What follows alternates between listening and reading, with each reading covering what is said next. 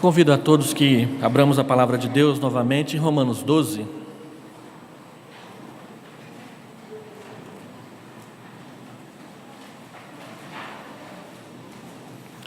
Romanos capítulo 12.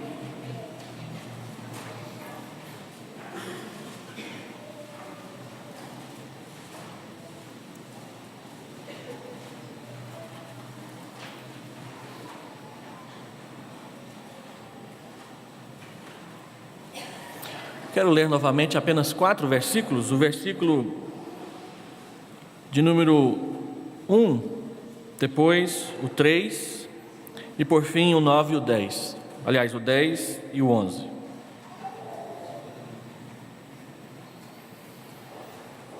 Paulo diz: rogo-vos, pois, irmãos, pelas misericórdias de Deus, que apresenteis o vosso corpo por sacrifício vivo, santo e agradável a Deus, que é o vosso culto racional.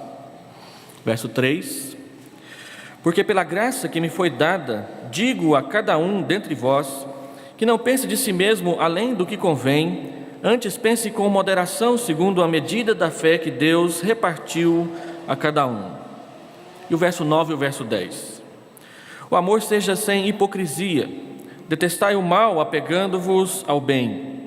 Amai-vos cordialmente uns aos outros com amor fraternal, preferindo-vos em honra uns aos outros. Vamos orar.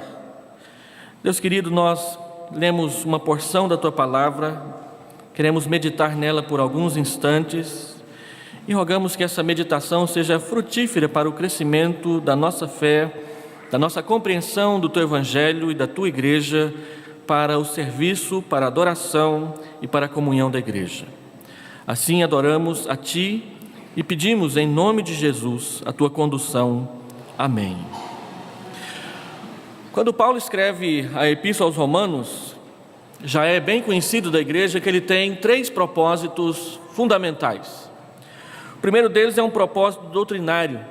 Ele quer ensinar e responder à igreja de Roma, que ele não conhece, a respeito da sua compreensão do Evangelho, compreensão essa que ele recebeu diretamente do Senhor Jesus, conforme o seu testemunho no capítulo 1 e no capítulo 2 da Epístola aos Gálatas, e que recebeu a destra da comunhão dos demais apóstolos que estavam no Evangelho antes dele, e que estava lhe causando problemas em várias cidades por onde ele andava, porque as pessoas estavam acusando a Paulo de ser um crente que desrespeitava a lei e que não tinha interesse em obedecer à lei, que era a revelação de Deus e, portanto, a sua palavra. Paulo escreve Romanos para dizer que não é essa a verdade dos fatos.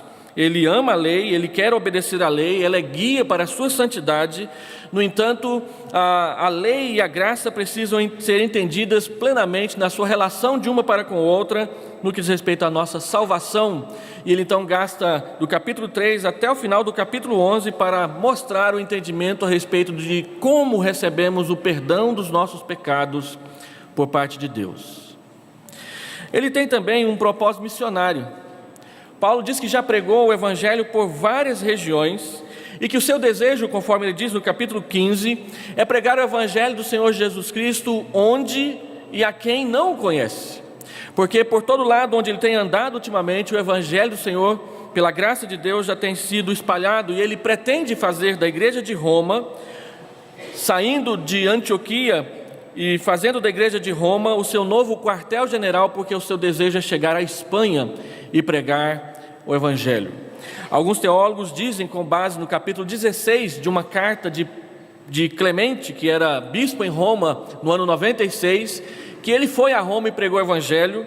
No entanto, eu confesso aos irmãos que eu li aquele capítulo 16 de 1 Clemente várias vezes e não consigo entender como que alguém pode achar que por aquele texto Paulo tenha chegado na Espanha. A única coisa que Clemente diz é que Paulo realmente queria ir à Espanha, mas não que ele foi. Não sabemos se ele foi mesmo, mas o seu propósito é levar o Evangelho além, aonde ele ainda não chegou e quem precisa ouvi-lo. Mas ele tem um terceiro propósito, que esse capítulo 12 deixa bem claro para nós, que é um propósito pastoral. Ele diz no capítulo 1 de Romanos que ele quer compartilhar com a igreja dons e talentos. que ele quer usufruir da comunhão e da companhia dos irmãos, e que ele quer passar ali algum tempo falando de Jesus com eles e crescendo com eles na graça do Evangelho. E ele então, no capítulo 12, ele passa a aplicar para a vida prática da igreja tudo o que ele ensinou nos capítulos anteriores a respeito do perdão dos pecados, da justificação, da santificação e do serviço e da adoração ao nome de Deus. E por isso que ele diz então: rogo-vos, pois, em função de tudo o que eu disse antes, é necessário, irmãos, que nós apresentemos a nossa vida a Deus em sacrifício vivo, santo e agradável. E Paulo aqui evoca a figura do sacrifício do Antigo Testamento, o culto do Antigo Testamento. Ao tratar dessa questão do culto, no versículo 3 ele relaciona com o serviço, e no versículo 9 ele relaciona com a comunhão da igreja. A pergunta que nós faríamos para uma meditação curta é: qual a relação que existe entre culto, serviço e comunhão?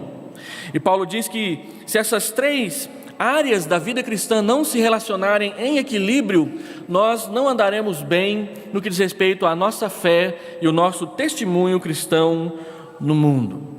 Quando Paulo fala de sacrifício, como eu disse, ele evoca a figura do Antigo Testamento. E eu me lembro de Davi, quando depois de ter levantado o censo de Israel, Deus trouxe castigo e várias pessoas estavam morrendo. Então ele visualiza o anjo vingador de Deus lá na vinha de Araúna, e ele pede a Deus que o castigo caia sobre ele e não sobre o povo. E então, depois que a peste passa, ele resolve comprar aquela vinha lá em Jerusalém, para naquele lugar construir um templo de adoração ao nome de Deus. E o dono da vinha diz: olha, eu te dou, não precisa pagar. Então Davi diz uma frase que é muito conhecida por todos nós. Ele diz: eu não oferecerei a Deus um sacrifício que não me custe nada. A figura do sacrifício no Antigo Testamento era para mostrar para as pessoas, para nós homens, que o pecado ele é um prejuízo nas nossas vidas, e que comprar uma ovelha ou um novilho ou 2 pombos e oferecê-lo em sacrifício a Deus por causa do pecado que foi cometido, e fazer isso publicamente, custava caro para as pessoas. Não é tão, ainda hoje comprar uma ovelha não é tão barato assim. Um boi, então, os irmãos que têm fazenda sabem do que eu estou falando. Eu nunca tive condição de comprar um boi, ainda mais para oferecê-lo em sacrifício. A palavra de Deus diz que o pecado ele é muito caro, ele estraga todas as nossas relações. E quando nós chegamos no Novo Testamento, e que o sacrifício do Senhor Jesus foi oferecido por nós, e nós agora recebemos de graça e totalmente gratuita a salvação, o apóstolo Paulo diz que a ideia e o conceito de sacrifício ainda não acabou. Só que em vez de nós pegarmos um animal, cortarmos o seu pescoço, esgotarmos o sangue em cima de uma vasilha para ele ser derramado ao redor do altar, a Bíblia diz que o nosso sacrifício ele é vivo. Ele envolve todos os nossos dias, todas as nossas ações, todas as nossas reações às pessoas. E ele não acontece simplesmente dentro de um templo, quando nós oferecemos cânticos, orações e ouvimos um sermão, mas ele acontece em toda a nossa vida, porque ele é um sacrifício vivo. Esse sacrifício, além de ser vivo, ele precisa ser santo, ele precisa ser separado para Deus, ele precisa estar em harmonia com o caráter do Deus que nós adoramos.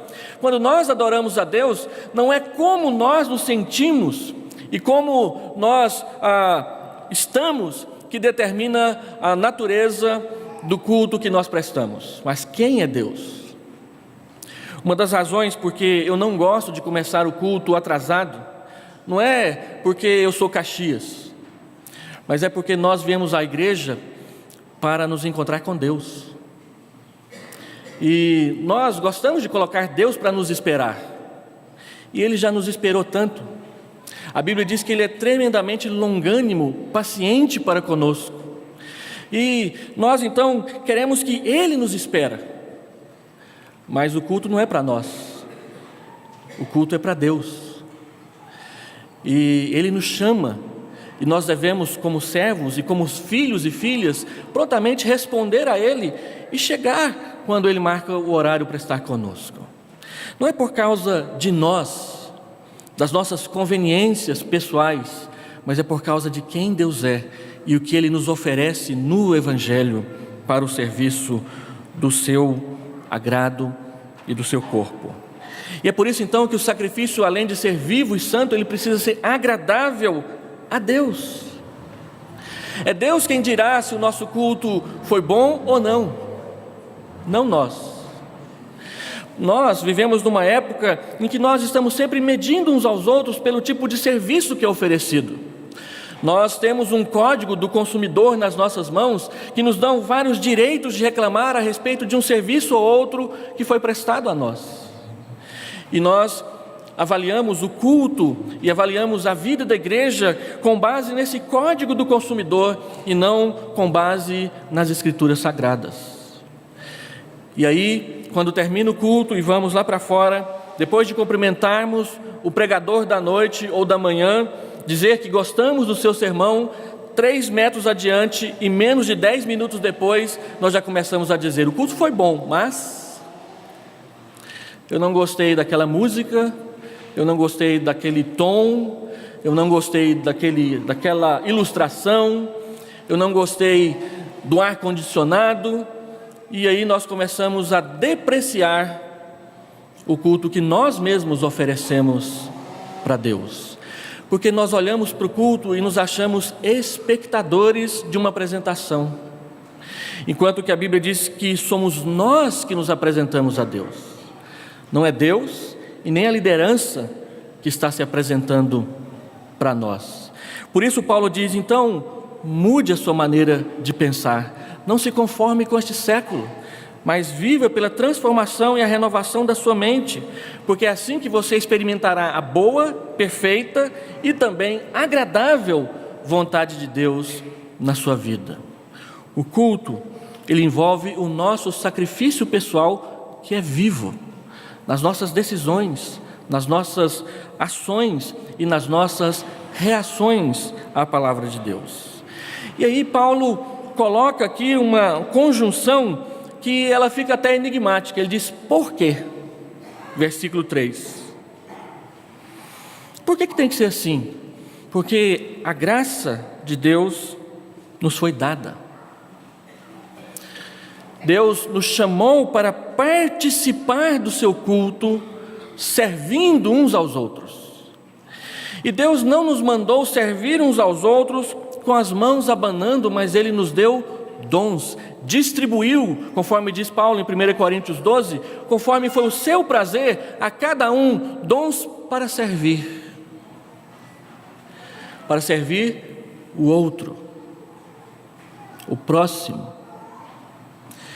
E Paulo diz pelo menos 4 coisas sobre os dons, que ao receber dons, nós devemos estar conscientes de que eles nos foram dados de graça e pela graça. É um favor que Deus deu para nós que nós não merecemos, mas Ele nos deu. Segundo, que esses dons devem ser recebidos e praticados com moderação. Paulo diz em 1 Coríntios capítulo 8, que o saber muitas vezes é acompanhado de soberba, mas que o amor, ele edifica. E todas as vezes que Paulo trata dos dons e do serviço, ele nos chama a ter uma mente equilibrada e uma compreensão moderada a respeito de quem nós somos e como nós servimos na igreja. É por causa do risco da soberba.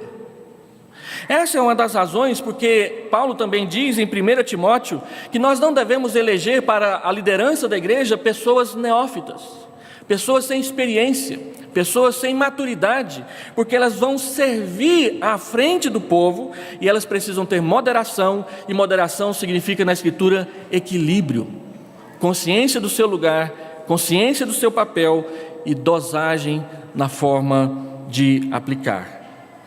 E a razão por que Paulo diz que nós devemos ser conscientes da graça e agir com moderação é porque somos membros uns dos outros, somos corpo. A ilustração que Paulo faz em 1 Coríntios 12 é que um é olho, o outro é mão, o outro é pé e o outro é ouvido. E nós não podemos associar um grupo de membros do corpo para rejeitar o outro grupo de membros do corpo. Paulo diz: olha, se você é olho e não é pé, não fique soberbo por causa disso, porque o olho precisa do pé. O olho não enxergará longe se o pé não levá-lo até lá. E por outro lado, Paulo também diz que por sermos quem somos na igreja, nós não devemos auto-menosprezarmos a nós mesmos. Ele diz: olha, não pense assim, porque eu não sou olho, porque eu não sou mão, então eu não sou do corpo. Não, cada um de nós tem o seu papel, e isso deve contribuir para que haja na igreja equilíbrio em todas as suas ações. Ontem, lá no retiro do Projeto Sem Fronteiras, o presbítero Salomão Júnior, da igreja do Jardim Goiás, ele propôs uma dinâmica para nos ensinar a trabalhar como equipe. Ele colocou uma corda com um aro pendurado no centro, e eram duas cordas, uma passava de um lado para o outro e a outra do mesmo jeito do outro lado. Então colocou 4 grupos dentro de um laço, e nós tínhamos duas tarefas: colocar 2 bolinhas, cada grupo, dentro de um cesto que estava 3 metros adiante. Não era jogar, era colocar. E pegar aquela argolinha do centro da corda e colocar no mastro que estava no centro. Ele tinha 1,20 m, 1,30 m de altura, mais ou menos. E ele diz: se viram, façam. Então um grupo começou a conversar com o outro: quem é o chefe aí? Quem vai colocar a bolinha primeiro? Vai o seu grupo, nós acompanhamos vocês.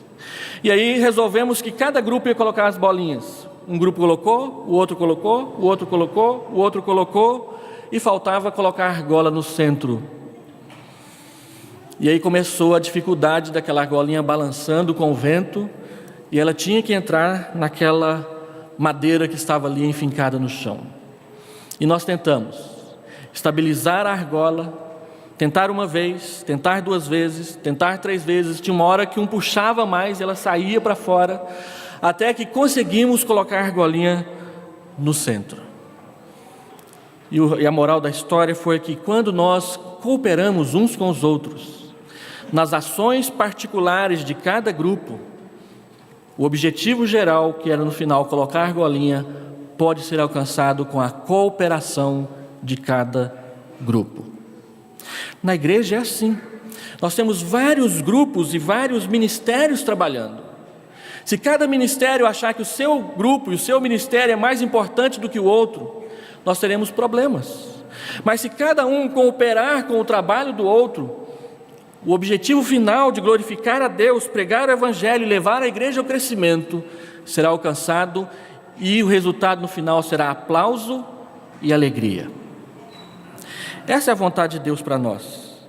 Somos membros uns dos outros, e por isso, no exercício de cada dom, a palavra-chave que o apóstolo Paulo coloca para nós é diligência. Para cada dom, ele coloca uma palavra-chave, mas todas podem ser resumidas no fato de que você deve trabalhar com diligência, fazer o melhor que você pode para que o seu grupo contribua com o todo da igreja. E por último, Paulo então diz que só é possível que isso aconteça se na igreja houver comunhão. Como cultuar a Deus do lado daquele a quem eu não sirvo apropriadamente? E como servir aquele irmão a quem eu tenho dificuldades com ele? Paulo nos ensina a pensar diferente. Sirva e adore junto daquele que, como você, recebeu o perdão e a justificação dos pecados. E sirva ao próximo, na consciência de que Deus, em primeiro lugar, serviu a você. E eu me lembro de Judas Iscariotes. Judas Iscariotes andou com o Senhor Jesus 3 anos e meio. Judas Iscariotes, diz João no seu evangelho, era um ladrão. Roubava a bolsa do dinheiro que os apóstolos recebiam para as viagens e as andanças de Jesus. Judas vendeu a Jesus por 30 moedas de prata. E ele mostrou o pleno significado da palavra hipocrisia quando ele chegou diante de Jesus, lhe chamou de mestre e lhe deu um beijo. E a Bíblia diz que o Senhor Jesus sempre tratou Judas bem. O Senhor Jesus sabia quem era Judas desde o dia em que o chamou. O Senhor Jesus sabia o que Judas faria desde o momento em que o enviou para a missão dos 70 para pregar o Evangelho. Judas pregou o Evangelho, Judas expulsou o demônio, Judas curou enfermos, igualzinho os outros apóstolos. Mas Judas traiu Jesus. E a Bíblia diz que o Senhor Jesus o serviu do começo até o fim. E essa é uma lição que nós precisamos aprender. Eu me lembro quando, lendo a respeito da história de Davi, seu filho Absalão o pôs para fora de Jerusalém.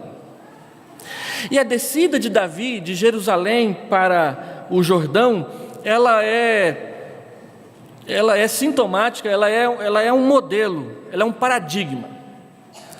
Porque Davi, ele vai descendo descalço para o Jordão, e no caminho todos aqueles que eram seus inimigos aproveitam daquela situação para tirar uma casquinha, e aparece um tal de Simei, jogando pedra.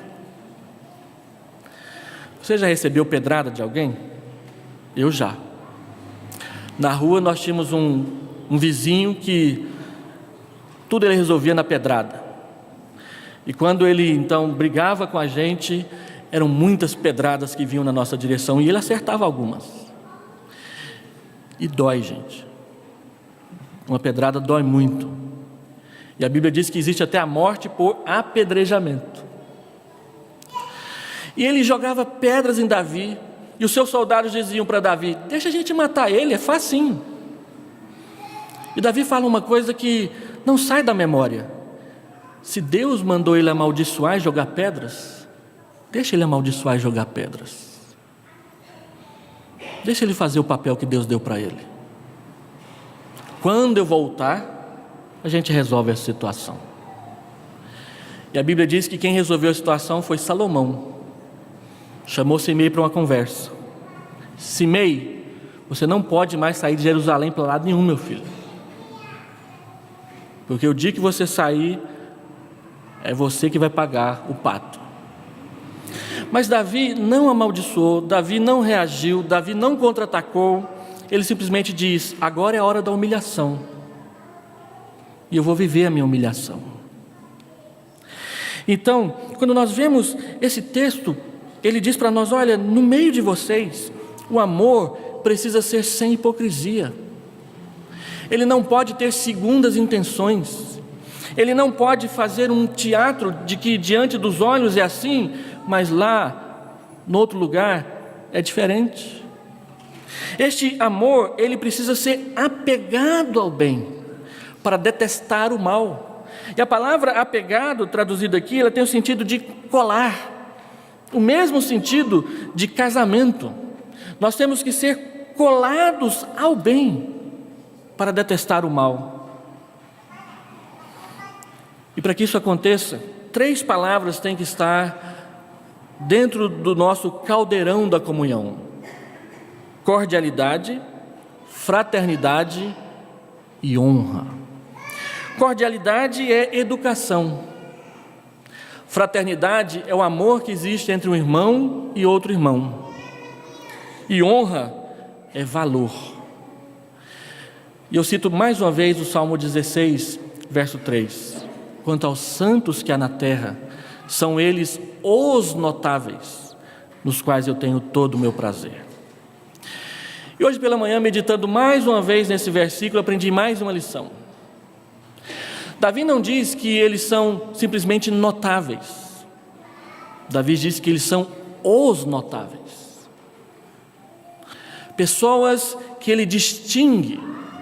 Não são pessoas que quando estamos andando na rua e vemos essas pessoas andando do outro lado da rua, a gente diz: ah, está lá o fulano.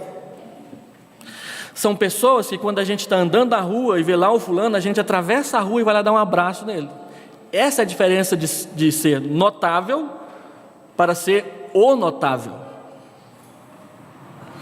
E a palavra de Deus diz que esse deve ser o tipo de relacionamento que deve existir na igreja, entre nós. Para quê? Para que o nosso culto seja racional, para que o nosso serviço seja eficaz e para que a nossa comunhão seja uma bênção. Vamos orar?